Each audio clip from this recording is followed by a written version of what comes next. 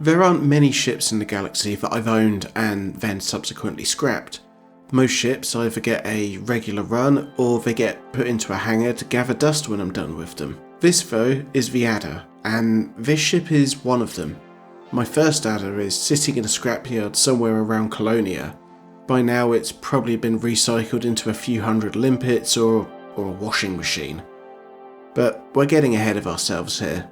It's a bit early for me to be getting to the conclusion part at this point.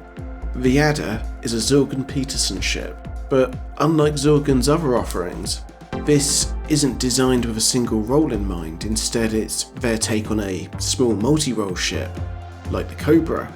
It's not a particularly modern design either. It was originally released by Outworld Workshops in 2914 and later acquired by Zorgon Peterson to add into their lineup. There's nothing concrete about when this happened, but I'd assume it happened after 3126 because at this point Zorgon Peterson became a wholly owned subsidiary of Falcon de Lacy, and Falcon de Lacy have let's call it a small fetish for buying ship manufacturers and designs and making them out to be their own. I mean, for Falcon de Lacy actually this is more than a small fetish, this is a full-on kink. So after 3126 it wouldn't surprise me if they influenced Zorgon Peterson into giving their kink a go to see how they felt about it. Moving on, the Adder is a small ship and costs roughly the same as two Eagles. Aesthetically it's a bit of an oddball for me. There are some angles where this ship looks excellent, but then there are others where it's just downright ugly. I mean, we're talking like it fell off the ugly tree, hit every branch on the way down and then landed in a puddle of ugh. There's something proportionally off about this ship and I've never been able to place exactly what it is.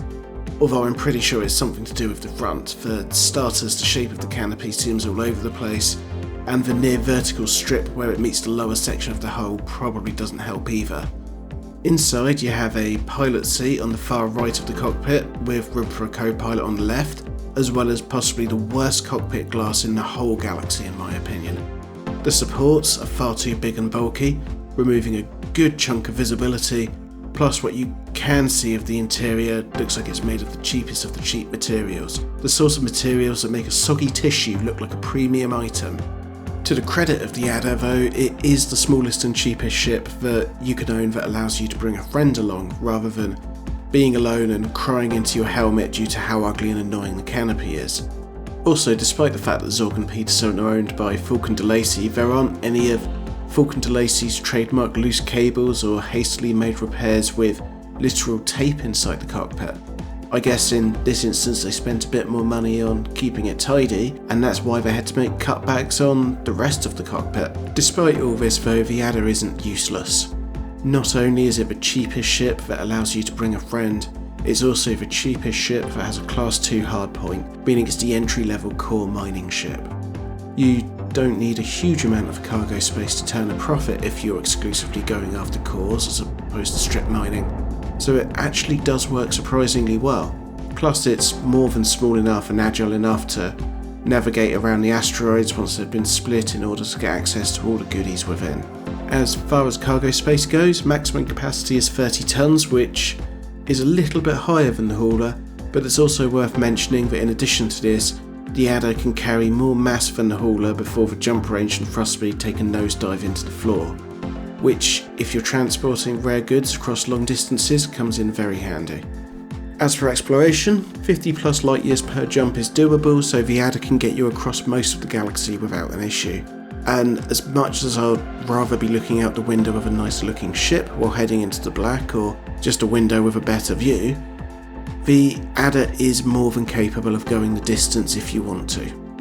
And this leaves us with one more aspect: combat. The closest rival in terms of combat ability to my mind is the Eagle Mark II at half the cost, or the Imperial Eagle, which costs another 20,000 credits.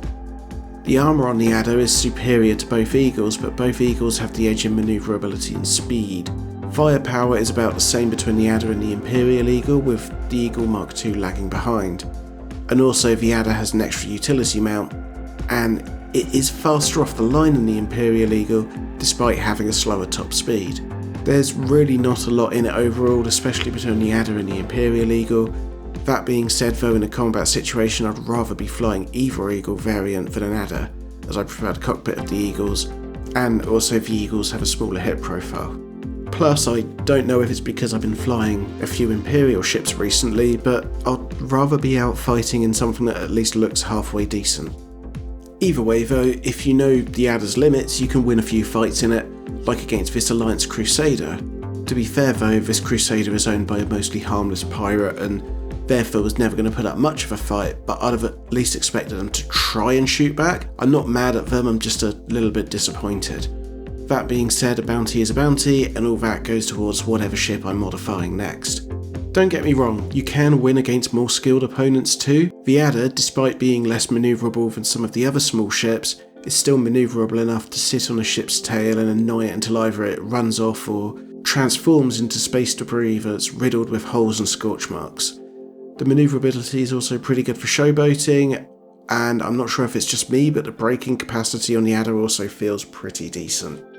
Convergence isn't bad either, but the power distributor is a little on the weedy side, but as always you can work around that as part of your loadout. So should you get the Adder? It really depends on what you want to use it for. It's ugly as an undersized distributor, and the shields leave a lot to be desired, but it's also cheap, can serve as an entry-level core miner or explorer, and truth be told, you can have some fun just flying the Adder. As long as you put a bag over your head so you can't see that damn awful canopy at least. But that is also how accidents happen.